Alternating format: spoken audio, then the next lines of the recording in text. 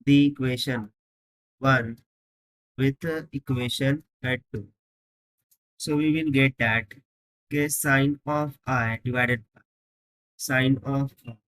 This is nothing but equals to v1 by v2. Okay, a b dash cancel, तो t से tb cancel out हो जाएगा, and this is nothing but equals to constant. ये हमें क्या मिल जाएगा, constant होगी. इसे हम मान लेंगे इक्वेशन थर्ड. v1 और v2 ये वेलोसिटीज है into the medium, and we remember that कि जो रिफ्रैक्टिव इंडेक्स होता है n, this is nothing but equals to c divided by v1. Okay, c divided by v होता है, जहाँ पर c speed of light in vacuum and v will be the speed of light in medium होगा. So इसका use करते हुए can we just write down that कि v1 is equals to c by n1 होगा and v2 is equals to c by n2.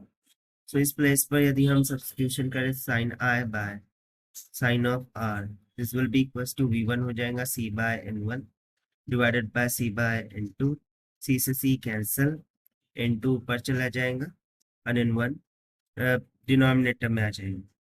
सो इसको cross multiply करने पर हमें मिल जाएगा n1 sine r is equals to n2 sine of r.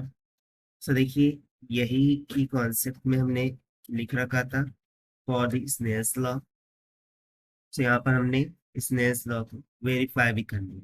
So this is the complete solution. I hope you understand. Will best of luck. Thank you.